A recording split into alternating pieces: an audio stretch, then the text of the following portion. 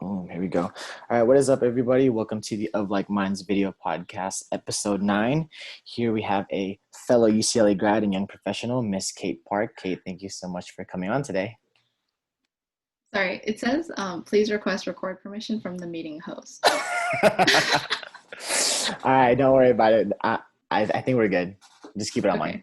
Yeah. But thank you for coming on, Kate. Thanks for having me. This is fun. So I think just starting off how we know each other, my first big postgrad job, I was a manager at UCLA Bearwear, which is the apparel company at UCLA, and you were a student worker and you were already a supervisor. So I think that's just how we met for the audience tuning in. What was that like having a student job along with being an undergrad at UCLA? For me, I actually worked for most of college. I think I worked 3 years out of 4 that I was a student. And it helped me to better budget my time, and I think develop other skills that I couldn't necessarily get in the classroom. And even things just like learning to work with people. And I think Bearwear was also really special because I was there for 2.5 years or so. And so even after I graduated, I was there for a few months. And that's definitely where I learned the most. Just getting a lot of opportunities to do things that I never even thought of. Like I first kind of signed up for the job as a cashier, ended up becoming a supervisor and learning more about leadership. So that was cool. It's definitely something that is such a big part of my undergrad experience, but definitely not something that I could ever get from the classroom. No, for sure. And like, was there ever like the workload, quarter system, you're balancing. I'm sure you have other extracurricular activities outside the classroom. So what was your typical workload like, hours wise, and like as you progressed in that position? So I started just working 10 hours a week. And that was kind of when I was just first trying to get my balance and manage my workload. I studied English literature in college. So I feel like for the most part, my schoolwork was pretty manageable. And I actually had a problem with procrastinating.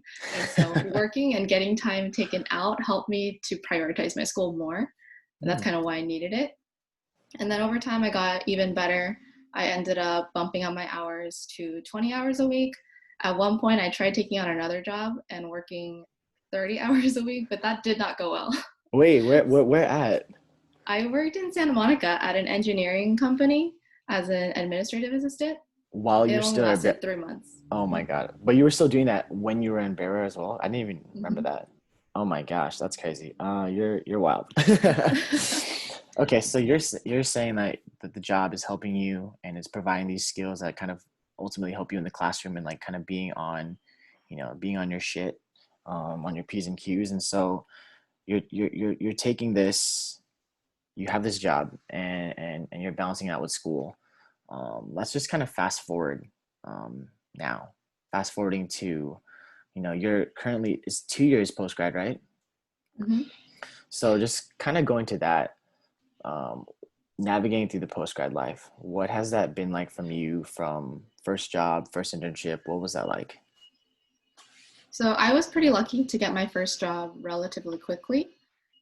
It is actually really closely tied to my experience from Bearwear because in my last position, I was pretty high up as a supervisor. And so I was the person that was interviewing new retail assistants and, training them and doing all that stuff. And so that actually got me into where I am now because I work in HR. But I started in recruiting operations specifically. And so that experience definitely helped me. So I was able to get a job pretty soon after I stopped working at Bearwear. I think it was about a 2 to 3 week gap or so. Oh my gosh. And then, yeah, it was really crazy. I was definitely expecting the job search to take longer.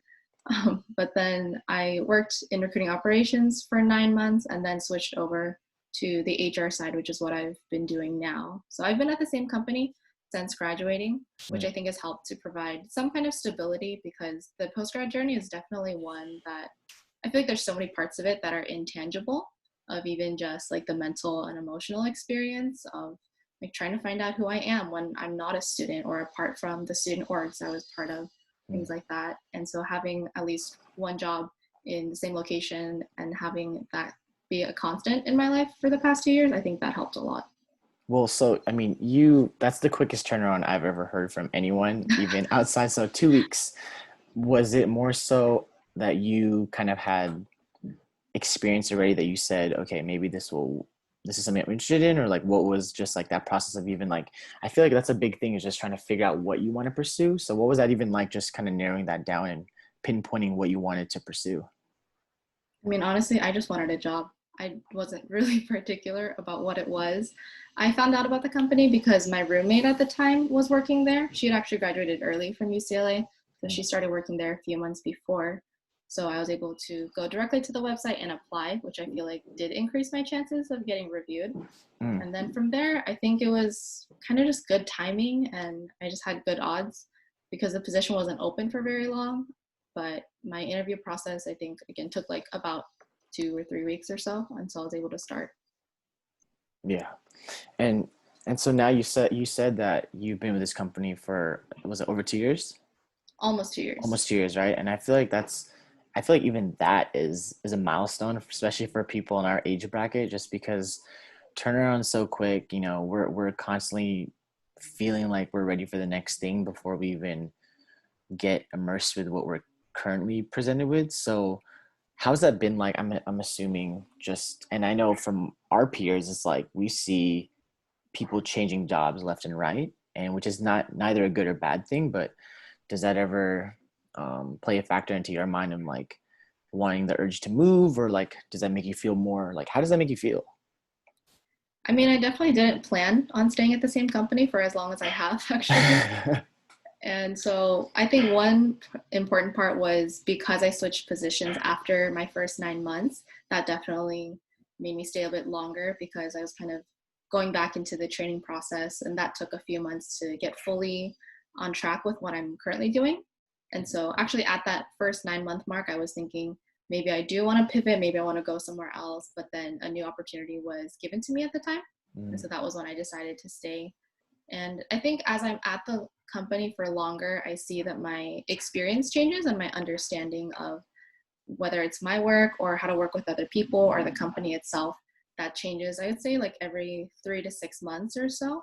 And I mm, see just different aspects. And I think even understanding it on a little bit of a deeper level of understanding all the complexities and the layers of doing business. I think that's something that keeps me staying. But at the same time, I'm still young. I'm still figuring out what exactly I want to do. And mm. so it definitely is something that I keep thinking of. Like, what do I want to do next? Like, how long am I going to stay here? Do I want to keep working in this position, in this field, et cetera, et cetera? Yeah, no, for sure. And I think that's crazy in itself for you to feel like every 3 to 6 months that it still feels exciting and there's always new changes going around. So I feel like that's probably a big part that keeps you there and that keeps you excited. And I know that's like something that isn't available or isn't like present at every single job. So I'm happy for you in that sense. Kind of going back to school and touching base on your this is now like we're back in Kate's undergrad. You're working and you're in school, but the extracurricular activities, I feel like that's a big thing that where a lot of the learning happens for us in school, no matter what part of your education, whether it's clubs in high school or higher education, so on and so forth. So if you can just talk about some of the spaces that really like helped you become who you are today, those spaces like that you were at UCLA. Definitely the biggest one for me. I wasn't really a part of a lot of orgs, and I think part of it was because I was working a lot. But the biggest one was the Christian fellowship that I was in for all 4 years, actually. So that was definitely my main community. I would say they've definitely just helped me in learning like how to be a good friend and how to be committed to people. And it's definitely, I mean, going from, meeting someone as a freshman and then becoming friends and then becoming roommates and then living together, like I feel like those are different levels of friendship that are so unique in college. And, Yeah. there's always the experience of living with someone and then I'm like, oh my God, I didn't know you were this kind of person. Mm, But I think even that and being in the same group, that also in a way like it made us be more committed to each other because we were like, okay, like we're still going to see each other every week, we're going to see each other every day as we live together. and we want to make this work. And I think that helped me to just persevere through the hard times in friendships, which is really a life lesson as I see now, because that's going to happen in every friendship and every relationship. And it's really about learning how to get through that. No, absolutely, absolutely. So, I mean, were you able to meet your roommates, like your roommates during college through the Christian fellowship? Hmm. So, For how was my that? How sophomore was to that? junior year. So, how was that experience? Because I'm lucky. Like my roommates freshman year were also throughout college, and I Hmm. know it's a big thing with going to college. Is like it's pretty much a gamble. Like you you kind of have to look out. So, if you can just talk a little bit about like just that whole roommate situation and like kind of lucking out and like having that stability.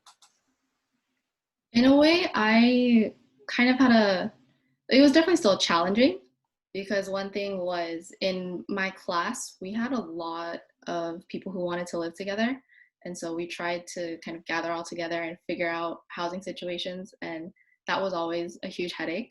But it was also like it always worked out in the end. And I mean, how it worked out was we would have maybe 3 apartments or so with my friends. And essentially, you would sleep in one, but we'd hang out in every single apartment. So that was a cool thing. I would say my sophomore year, that was the first time I lived with friends. With one roommate in particular, we fought like cats and dogs every single day. But her friendship now, I mean, I cherish it so much.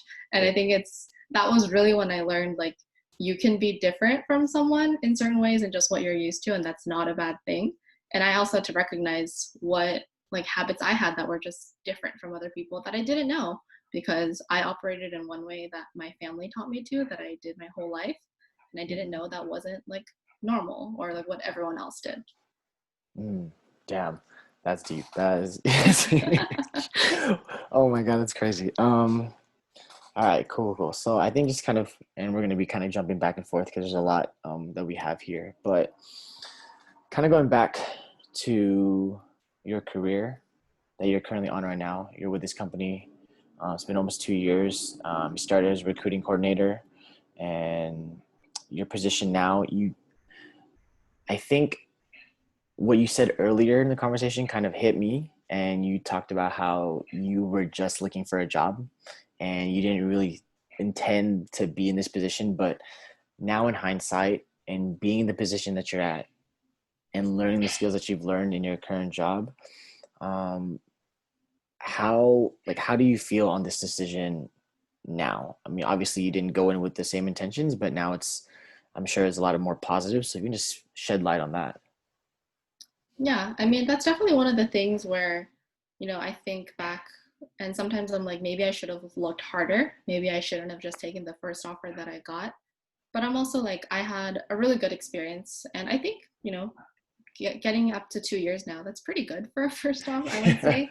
And I've Yeah. definitely learned kind of similar to my first, like working at Bearware. I've learned a lot more than what I knew I was getting myself into when I first said yes. Mm, And I think, if anything, definitely like the job that I have, it's not perfect.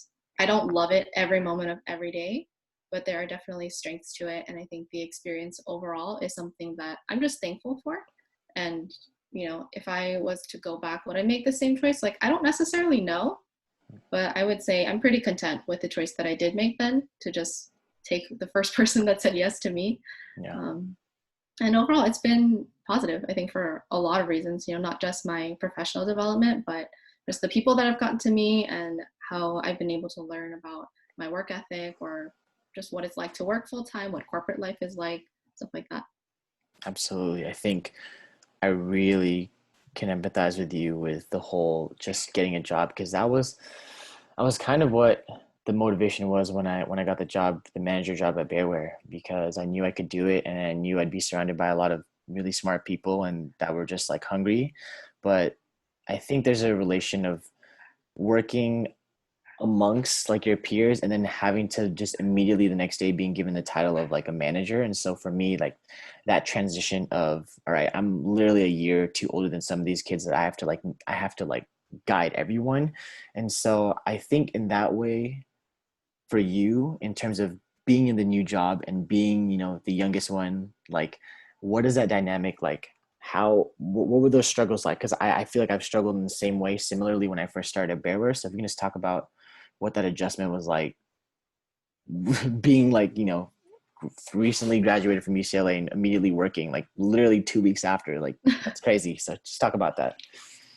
I mean, at first it was definitely tough, and I was so insecure. I was like, everyone here has been here for a year or years. And I mean, definitely in HR and recruiting, it's a younger crowd. So there were more people my age, but it also just felt like I was so new and I didn't know anything, and everyone else was friends, or a lot of the upper management they had been there for years and they knew everybody, and I was just trying to learn everything in this huge company. And I think it changed over time, and it's one of those things that you can't really force. I feel like you just learn experience, or you just gain experience over time. You learn things about people and about yourself. And at a certain point, I had to just tell myself, like, Kate, like, sure, you're young and you don't have a lot of experience, but you're in this job for a reason. They gave you this job for a reason. And so the best thing that I could do is just work hard at what I can. And I think I just accepted like certain things I'm not going to know, and that's okay. Like, I don't have to know everything. I don't have to be necessarily as powerful or as good as other people, no matter what that means. But just trusting that, like, experience comes with time and confidence comes with time. Mm, And I think that's something that's helped me, as now I'm kind of almost on the other side where there's a lot of people that joined the team after I did, yeah. and I always see the same thing, where they feel that same insecurity of, I'm new, I don't really know, or I'm young, I'm new to this company, I'm not just I have more questions than I have answers. And so now I'm kind of in the position where I want to bring this person under my wing and even just be like, hey, like, I've been there, I know what it's like, I know there's a lot to take in, but it'll happen in time and you're going to do great. Hmm. Do you feel like those people skills and that mentorship was kind of initiated like in your undergrad, or did you kind of feel like you had to learn that more so just being thrown into the fire after like a couple years of working the job? I would say it's both. I think it definitely started in undergrad and specifically in bearware Mm, because I mean, I was at one point one of the senior supervisors, and there yeah, were, I think, three of us at one point, five at another yeah, point. It changed every year. yeah. But I remember sitting down once for my annual review, and my manager was like, "Oh, like, Kate, everything's great. But I think you scare some people." Yeah. And so That is actually so funny. I remember just being in there. I remember you were actually one of the people that I really felt a presence that like, like you commanded respect from your peers, not only your peers, but even, me and the other managers, like you really commanded that. And that's what we loved about you is that, you don't normally get that maturity, especially at that age. I feel like, we're just trying to work a job, just have fun. But no, it's crazy. I really like that really hits home. I'm just like, wow, like I know exactly what they're talking about. That's crazy. Oh my gosh. But it was so funny because I remember in that conversation, I was like, I'm trying to be friendlier, I'm trying to be nicer and not be so serious all the time. And so it was definitely a process. And so even taking my first job in HR, a lot of my close friends were like, Kate, are you sure? Like, you're not that great with people. Oh And I was my like, well, gosh. I was like, they gave me the job, I'm gonna take it and see where it goes. So I think Yeah, I've definitely started learning through that, like, leadership opportunity in bearware. And I mean, it's like, is there ever a peak to your people skills? Like, I feel like that's just something that you have to work on. It gets better every year as you just try to put yourself out there. And I think that's my experience. I definitely say I'm the best. My people skills are the best right now than what it's been my whole life or so. But I yeah. also know I have a long way to go. And there are still times when I'm like, okay, Kate, you're a little too serious, or you're scaring some people. Like, maybe take it easy, smile a little more, things like Yeah. that. And does it, and I'm sure it has to help now that you're taking people under your wing and now you see people that were in your shoes a couple years ago now. So do you think that's kind of helped ease it up and like helped you like that work relationship, like having that mentorship at work, or how does that affect you in your people skills?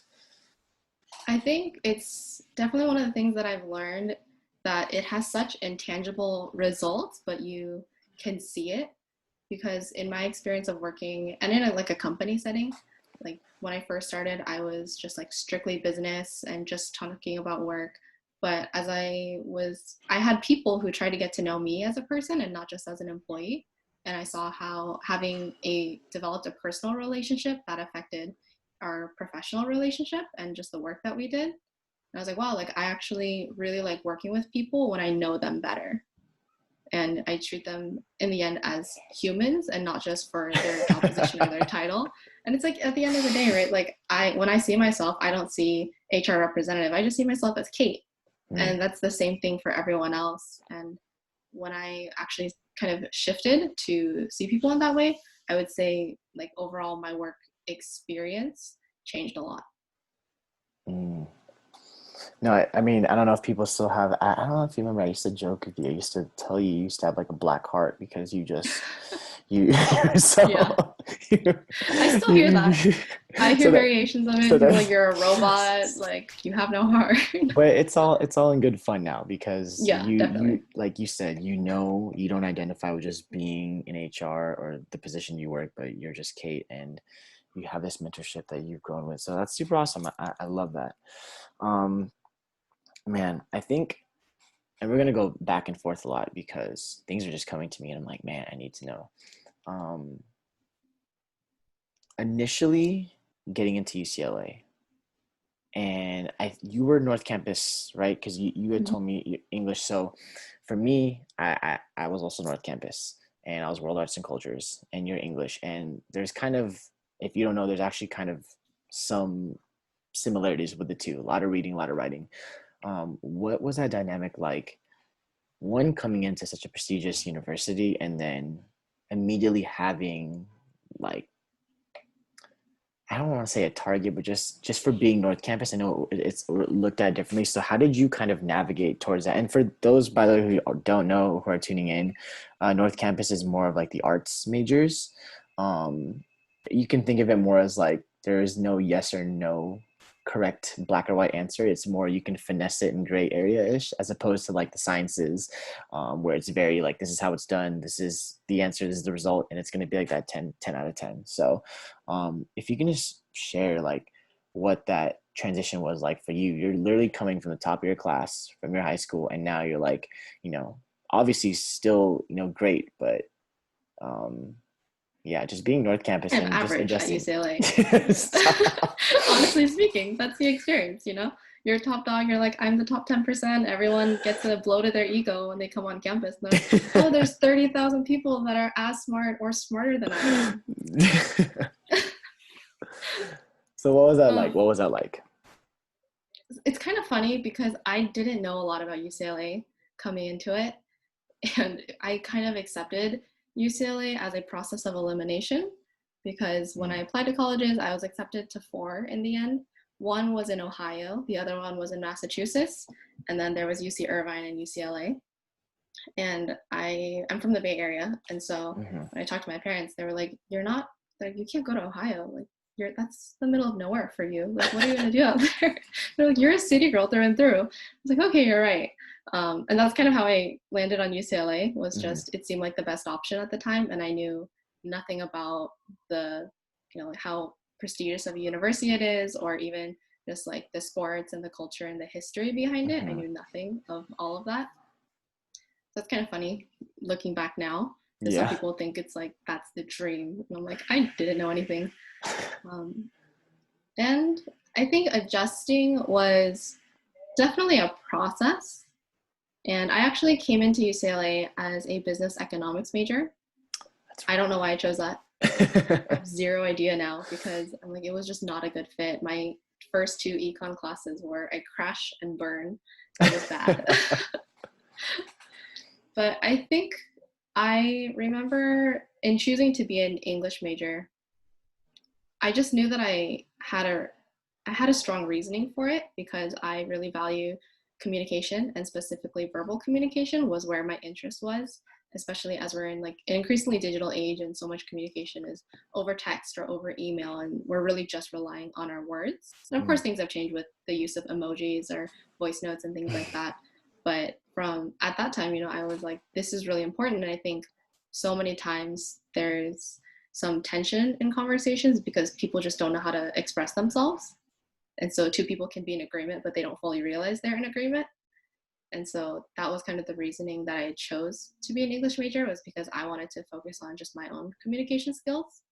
And so I think because I had such a strong reasoning for it, even though, I would hear from people like, that's not a very profitable major, or like, what are you going to do with that? I even had an Uber driver once actually ask me if I wanted to be unemployed when I told them I was an English major. Oh my God. So that's kind of like a glimpse into what it was like.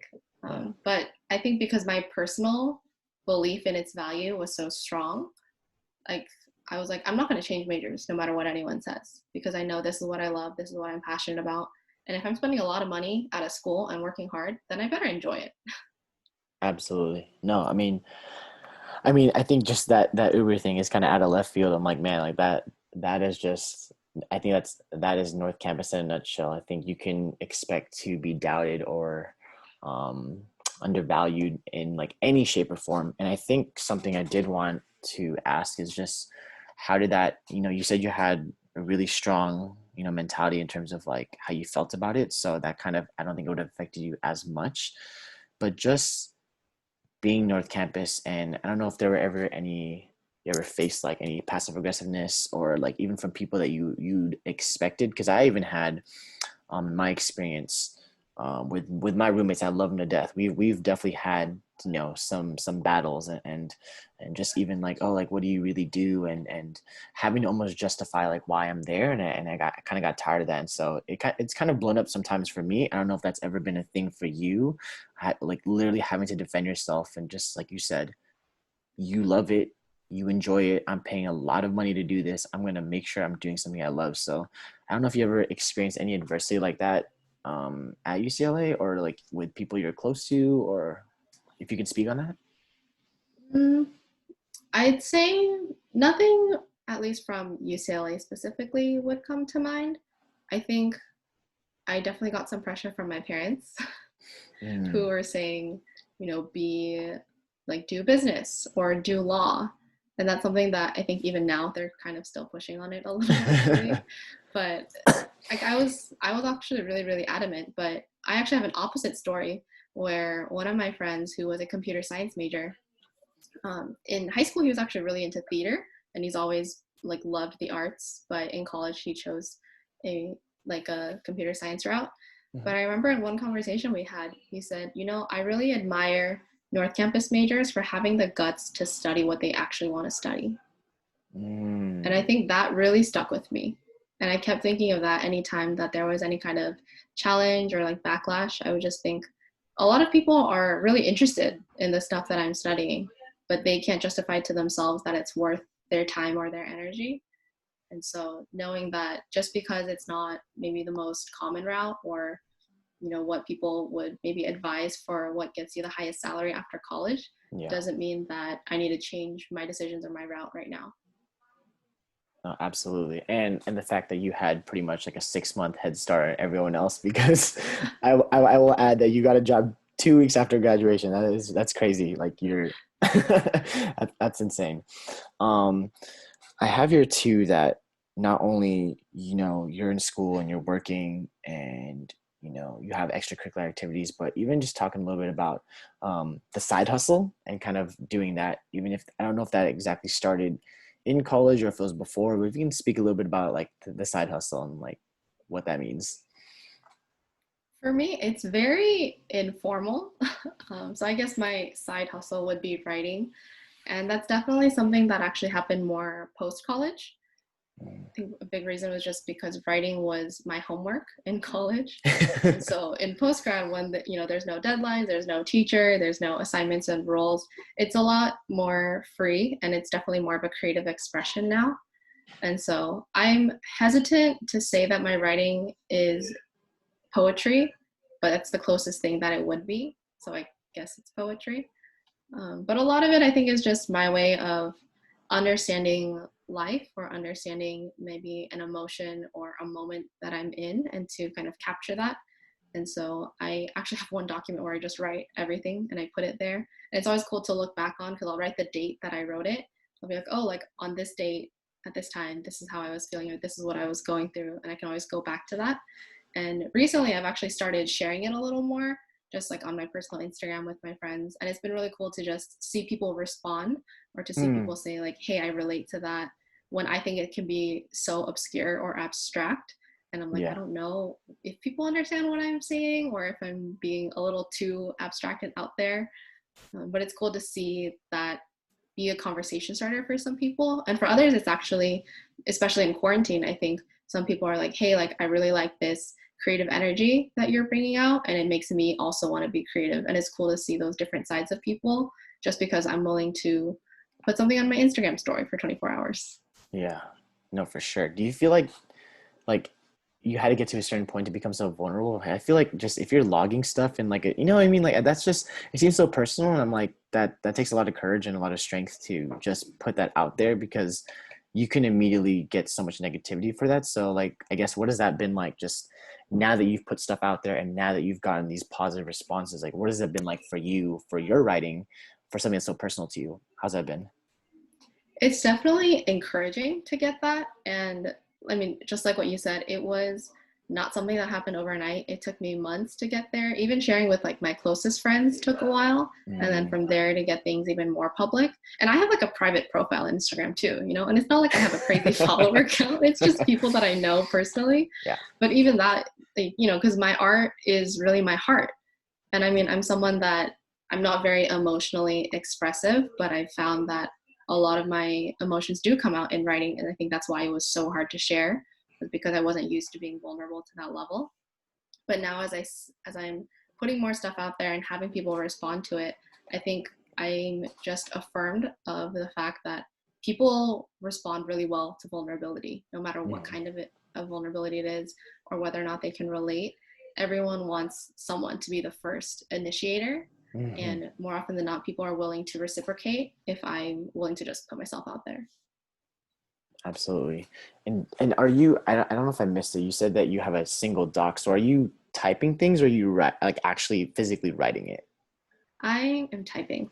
Okay, so I find this interesting because I'm like you love writing and I'm not questioning, but I'm just like how is that how does that because I'm sure you have a lot of experience with it, but what's that like to type something that's very personal and then as opposed to like if you do ever write it, like does that ever I don't know if that ever feels different or if that sensation is just like more powerful. I know it's like just more convenient to have it to share it obviously, but I don't know if you can speak on that.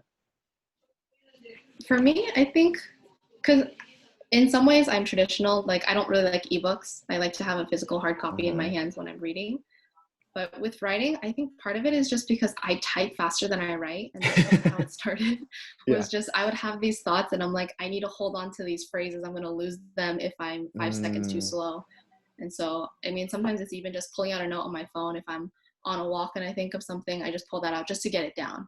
Like, even if I work on it later, I develop it much later, I don't want to lose the thought because I know if the moment passes, it could be gone.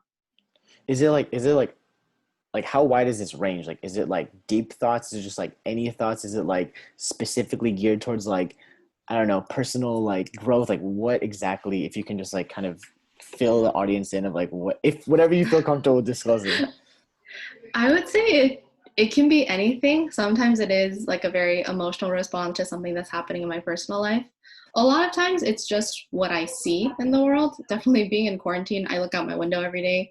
And sometimes it's just like a reflection on the construction that happens outside my house every single day. You know, and just like the consistency of that. Or Yeah. just the fact that the world has stopped, but construction hasn't. You know, or if I go on a walk and maybe I'm walking by a tree or walking by a creek, or maybe the sound of the creek inspires something. I think Mm, nature is also a really big inspiration for me, or just different moments or phrases that people will say that cause me to reflect on that more. Sometimes it's the writing of other people, where I will maybe read. One of my favorite poets is Sarah Kay, and she has this one poem about her brother, and that actually made me want to write a poem about my brother. And so wow. having kind of using that as like a creative assignment for myself to like adopt that kind of lens to but to make it personal. So it kind of Mm, covers a really wide range. It's whatever I'm either feeling in the moment or whatever I'm challenging myself to do. yeah. Because I do think that inspiration can be something that comes to you and something that you find, but I think you can also seek out inspiration. Absolutely. That is crazy. And I think you you talking about talking about writing in the way that you do, and jotting down like whatever you see, I think is really powerful, because I never actually really known or heard anyone to that extent. And I think that's really cool, because that's like something that's like I don't know, like you said, like I was just like so confused. Like, I feel like writing it would be more powerful, but then like when you said just having to capture those phrases, because sometimes things don't come into you in just like one specific thing. It's like it's a sequence, or it's a phrase, like literally putting it down before you lose it, because we lose things so quickly. So I'm just like, man, like I love that. I absolutely love that. Um, I think I want to kind of go, I'm gonna go back and forth now. Um, we're talking about your writing, but do you think that this love for writing and like now doing it, seems like you're probably doing it even more than what you did at UCLA, and that's crazy because you were an English major, so you were writing and reading like crazy. But do you think because that there was nothing assigned or nothing specific, that you want to do it more because it's on your own time, or what do you think that relationship is like? Or is it just because you're just used to, you can easily vomit out like, right, you know what I mean? Like, so what is that like actually like? Where do you think that comes from? I think part of it is I'm more available because I don't have to write a 5 page essay every week. Another thing is, I mean, in some ways, I've always seen writing as a fun challenge for me because I love that moment when when I have a thought or I have a feeling and I finally find the right phrase to like convey that in a really accurate way. That's really satisfying to me. And I Mm, think that's a lot of what drives me. And that desire to convey a feeling into a phrase for other people to understand, like that's not just something limited to academia, like that's life in general for me. And I think that's what helps so much to connect to people, is when I'm able to accurately put an experience and put words to that experience. And so I think I part of it is I have the bandwidth, but it's also, I think writing is ultimately just more developed thinking, mhm. and everyone thinks, and thinking is constant, and I'm never going to stop thinking, and so I'm never going to stop writing if I want to convey whatever it is that I'm thinking to other people. Have you ever shared any of the stuff that you write with, and you talked about close friends, you talked about, people and like your following, so like on social media, like on Instagram, but have you ever shared any of that stuff? And you also talked about you were inspired to write a poem about your brother. Have you ever shared this love and this burning passion for, that you obviously have for writing, to your family? Has that ever been something that you've done? Not in the way that I have been doing currently, which is, like more of poetry, but actually what kind of sparked me to write more was through writing letters. Mm. So because I mean, as you know, I'm not a very emotionally expressive person. And one of the things I can work on is like letting people know when I really appreciate them.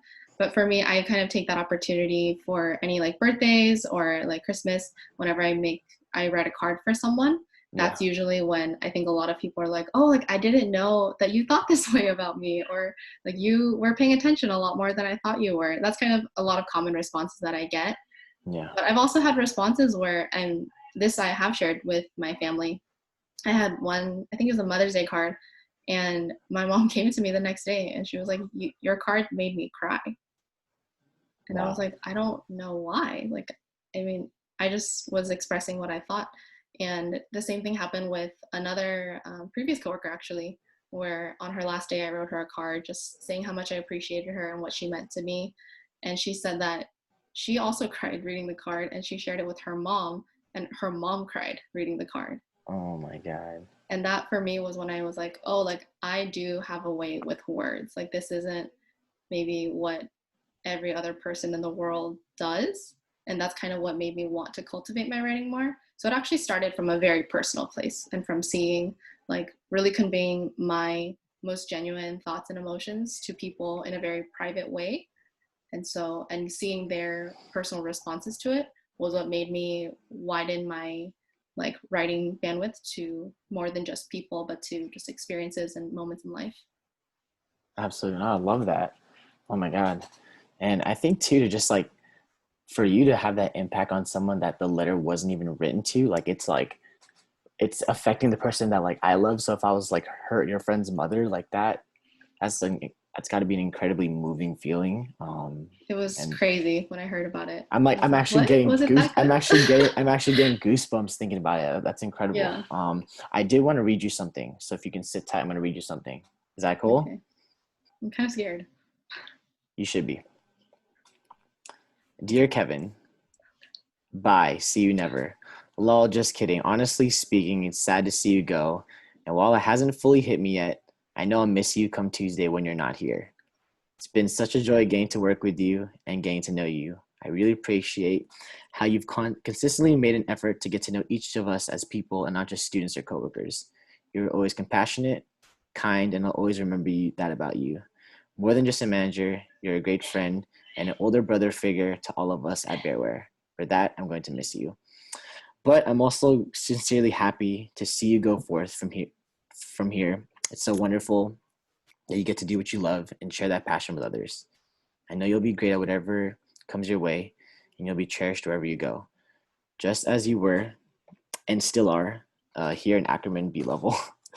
Don't forget us little people when you get super famous. This is the dumb part. Keep in touch and come back to visit, which I did. When you get the chance, you're always welcome. I hope all the best for you in the near future and years ahead. God bless, Kate. 5/26/17, a little over 3 years ago. And you go, P.S., in case the audience didn't believe us, as you can see, yes, I do have a heart and I am capable of feelings. That is awesome. And I think that I wanted to read that one because that just kind of just happened because you're talking about these letters. And for those that don't know, Kate and I actually, life happens and we're both navigating through postgrad.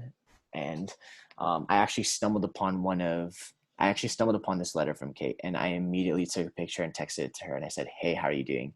And it led to this beautiful moment of bringing you on the podcast, and now I'm getting to learn your story and share it with the world. So thank you for that, and I'm so happy I kept that along with all the other things that I kept from Bearware. So I still have all that stuff, but it was really powerful, and it's crazy to see this come full circle to like bring us back together. Like just the power of that letter. Like I could have easily like tossed it right away, but I was just like, and I would read it from time to time. So I'm not gonna cry on here, but I will say that it definitely like impacted me, and it was very special because like, dude, Kate honestly doesn't, she would never say this, so I'm gonna I keep would never this. say this to your Yeah, face. see, but I'm gonna keep it because I'm gonna capture the writing and the feeling that I What I really mentioned. feel. Yeah. Which is important, which is all that matters. So yeah, that's super crazy. Oh man, that was a lot. Okay, so I think with talking about this passion for writing and your I don't know if your job allows you to ever, you get a chance to do like this extent of writing, but is this something that you can ever see yourself making a career and kind of making it more than just what we talked about, a side hustle or a hobby or like, just a passion? Because I feel like a lot of times passion gets passed off as, just something you do, after work hours. And that's kind of what I was grappling with when I was trying to dance before I started dancing and teaching full time. So what's your kind of outlook right now in terms of, you just have this power and you have this, obviously this talent for writing. And so um, what would you say to that? It's definitely changed my desires or my perspective of what I want for the future. And, even thinking to my next job or my next move, what I want to do professionally, and kind of tying that into also just the different lessons I've learned through working where I am right now. And even just one thing is I'm like, I think my friends are right. I'm not really that cut out for HR. And not to say that I hate my job, like I'm still so thankful for what I do, but I definitely don't see myself still doing this 5 years, 10 years from now.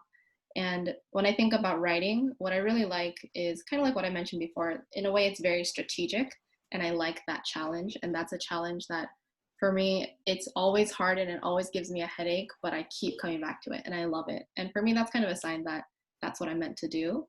And so, in terms of like, my creative writing or what I consider my poetry now, I don't know if that would ever be like a full time career. Like, would I be a full time writer? I don't know. But I am kind of thinking more within a corporate setting because I realize I actually do like corporate settings and I like the structure that it gives me. So I'm like thinking maybe along the lines of like a marketing thing or like PR, which has to do with words and with strategy, and it has a goal. And in that sense, it's creatively challenging, even if it's not inherently a creative field. So that's kind of how in a way, I've merged it, where I don't want to necessarily make my passion of creative writing to be a full-time career, because I think for me too, kind of knowing my personality, I think that would add a lot more stress. And then it's the thing of like, when I have to do it, I no longer want to.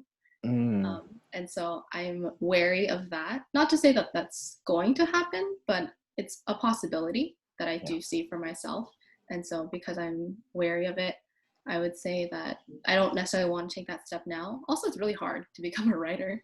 Mm, And it's another journey that I don't even know where I would really start.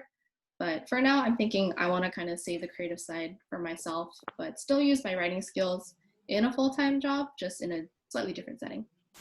no, absolutely. And I think, I think it's as thinking back to when we were working together, and I had a plan to dance and teach full time, and I was doing it on the side. And luckily that I got recognized and got pulled into a studio for teaching a residency, which allows me to just like basically got paid, compensated well enough where I was able to leave my full-time job and actually do it.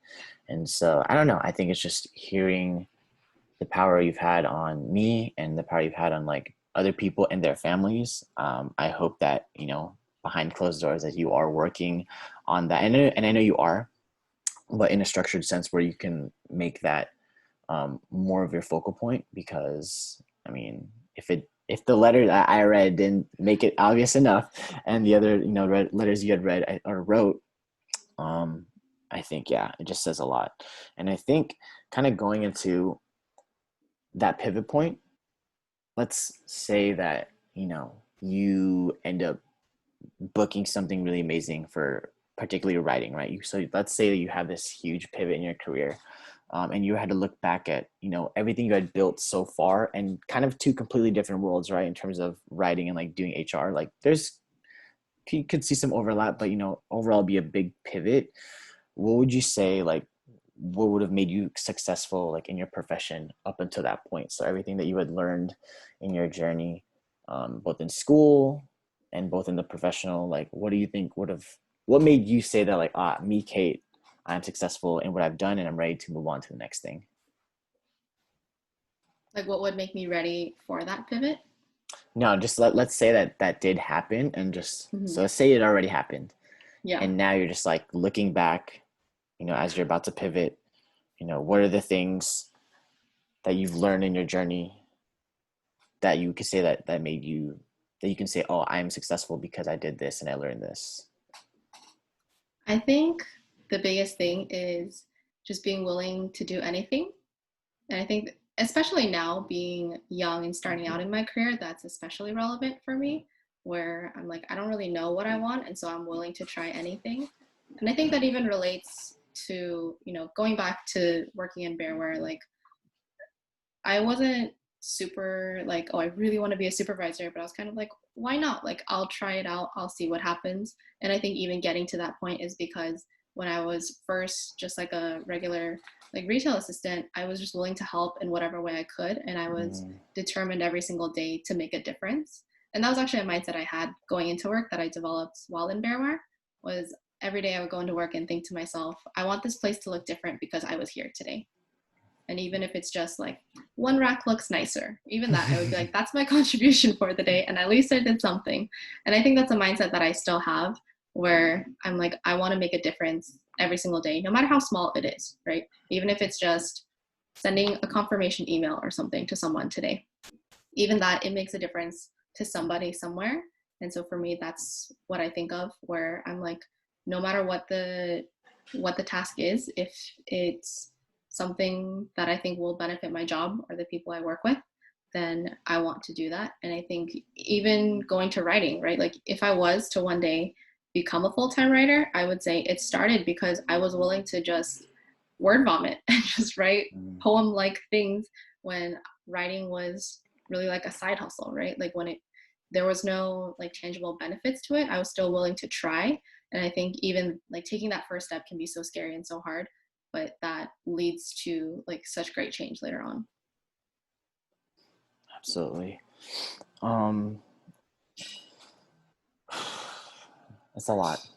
Um, you've done a lot, and you're so young in your career, and I think even though you've had a quick start, I know that you have your own adversities and your own obstacles that you're facing. You talked about the adjustments when you first got into the professional workplace. So especially now, dealing with the current situation that we're in, what is now like what are now like your daily obstacles or challenges with work now, being in quarantine, having to work from home, and that monotonous, just that grind, just feeling a little more different and more tougher every single day? What's that been like for you?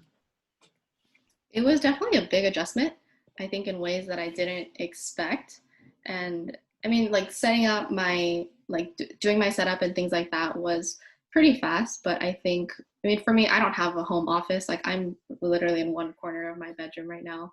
Like on the other side is my reading corner. On the other side is my bed and my Just every bookshelf. corner. Yeah, like every corner is designated for something. I love And it. so it's not like I have a huge space. And so it's definitely that line between my personal life and my professional life is getting a little blurred.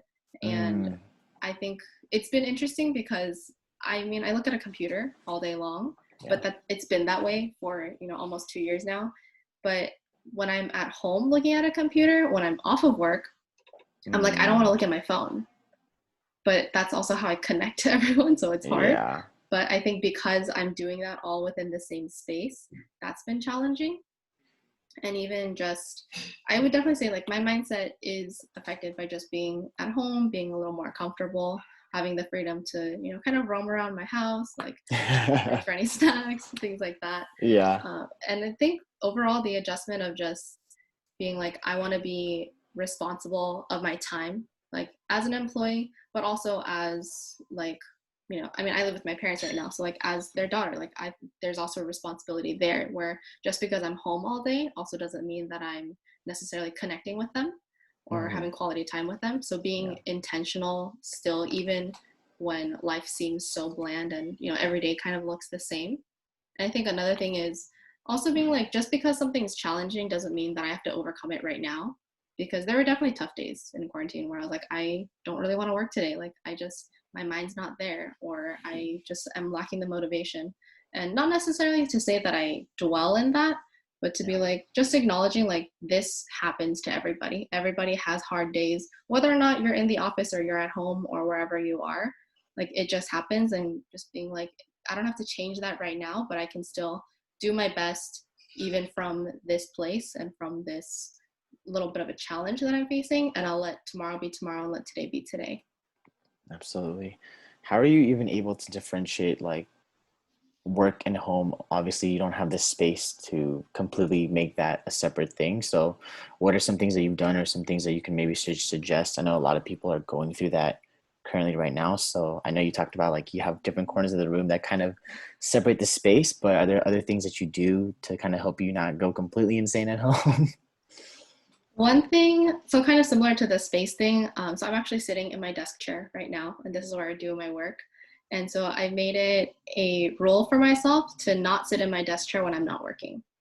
So I will not be online shopping on this chair. I will not be reading on this chair. I won't talk to anyone from this chair. Like if Except I for have me. a, yeah, except for right now. But in all other cases, I'm like, I'll take the Zoom call from my couch, from my reading chair, from the living room, anywhere else. But that way I kind of just designate this corner. I'm like, this is the equivalent of my cubicle. And that's just what it's going to be. And I think that helps. Another thing I would say to kind of keep me sane and keep me going is just trying out a lot of stuff. I've picked up watercoloring while in quarantine, which I never thought I Oh, would do. I've also tried sewing my own masks. how's And that been? it's actually, so it's really good for me because it takes a really long time. It takes 2 to 3 hours per mask. I'm hand sewing. I don't have a sewing machine. Oh my God. I'm also I'm a beginner sewer. I've sewed maybe 4 things my whole life before this. Yeah. But it keeps me off my phone. I'm just doing the same thing over and over, but it's also like I'm productive in a way where I have something at the end and I can wear it out in public. It helps me. And it's kind of nice to just be like, hey, like I made this from an old t-shirt. Like that's pretty Yeah. cool. I never thought I'd say that. That is pretty dope. I'm like, wow, like kudos to you. You should maybe start selling those too. I want to see. um, we are now, you're going through, we're all going through quarantine and you're working from home. And we've talked about pivoting and the next step. And if you were to kind of quantify that into maybe a few things to kind of share with the audience, um, what do you think are the most transferable and relatable things that you've learned in your work experience or within school that you think is going to help you progress and go to the next step in life, wherever that may be? The most universal skill moving forward, or even a few, if you can name them and talk about them. I think it's a little, I mean, I feel like intangible has been my constant theme throughout this conversation. Yeah. Everything is intangible. But I think I don't know if it's as a skill or if it's more kind of a mindset or a perspective that I've learned to have. But I think one of the biggest things I've learned through, I guess, I mean, now looking back, I think through all of my work experience or even in my personal life and in my relationships, I've learned that it's really important to be confident in my own growth potential. And especially as someone who's young, it's easy to think like, I don't have a lot of experience. There's a lot of things that I don't know. Like, I'm not the smartest or the best person out there. And in a sense, it's to acknowledge that that's true. Like, yeah, I only have 2 years of work experience compared to someone else who's been in the industry for dozens of years. Like, that's nothing. Like, I'm just starting Yeah. out. But also to acknowledge, like, that's okay because I'm not always going to have just 2 years of work experience. And who I am in 5 years could be someone really great.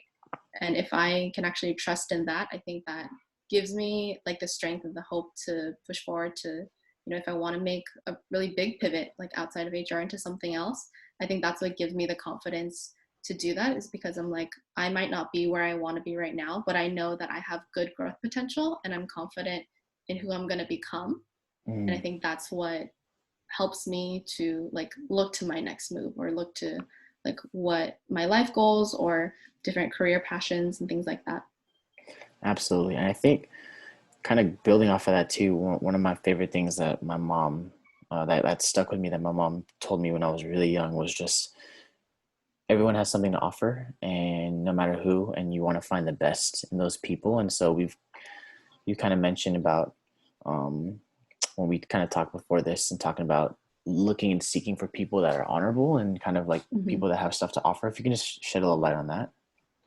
Yeah, I would say definitely that's something also that I've learned. And I think it kind of goes with people skills, but recognizing, I mean, exactly what your mom said, everyone has something to offer. Everyone is good at something. Maybe they're not an expert, but we don't have to be experts, right? Like everyone has something to bring to the table. And I think, like, I really believe that our perception of other people is fully in our control. Like, I choose how I view everybody else. And that's up to me to choose what I'm going to remember about a certain person. And it's like everyone has shortcomings, everyone has weaknesses, but everyone also has strengths and everyone has their highlights. And so my experience of other people is shaped by my perception of them. And I can choose to base that perception off of what I see as what's good about them or what they're really good at. And in that way, I think honoring them as a holistic person and not just as one aspect. And I think that's also been really helpful for me, even in my like work, because I mean, in HR, I work with a lot of people and I rub lives with a lot of people. And I think, I mean, I experienced this just like even in college, right? And having roommates, when you rub lives enough with someone, there will be something that bothers me. Like no one will 100% appease me. And it's like, you hear in quarantine a lot of like married couples are fighting more than ever. And it's just because everyone's different. It's not necessarily a bad thing, but it just happens because at a certain point you're like, why do you do this? Like, I don't understand. But I think having the mindset where I look beyond those moments and instead look at, okay, what do I like about this person? What is admirable about this person? And what am I going to choose to remember this person by? And even that will shape the way I interact with them or how I treat them and what our relationship looks like. Definitely. And that's why we are here together today. This is why it's brought us here. This is that exact thing that you talked about. And I think I did want to kind of wrap up, and I wanted to ask you something to kind of look back at everything that you've done. And this is kind of a question that I kind of ask across the board with everyone. This is like the one thing I do. So I wanted to ask if you could just think back to like a 13, 14-year-old version, or 13, 14-year-old Kate, and especially for the kids who I feel, it's really tough right now to be motivated, especially if you're, middle school, high school, like where things are frozen and you're not really gonna have to be motivated. Why try? What would you say to that young audience member that may be listening or viewing this and hearing all this inspiration from you, but maybe wondering how they can even get there and start? So if you can just speak to your 13 or 14-year-old self, like what would you say after all these things that you've learned through all these experiences and spaces? What would you say? I would say that people and life can be pretty amazing, but it's up to me to find that. Because I think the biggest change that I've seen for myself over the years is as I am more inspired by people, and I think inspiration is also a choice. Like I can choose to be in awe of something. Like I can walk by a tree and be like, that's just a tree. Or I can be like, wow, like this is a jacaranda tree. It only blooms in the spring and it looks so amazing because it's unique and it's purple. And I can be then inspired by that instead of just being like, it's a tree. Like both are true, right? But it's all a matter of my perspective and what I'm looking for. And I think that's been the biggest change that affects me just as a person in general. And it affects how I view other people. It affects how I view my work and my passions and just like my overall outlook on life.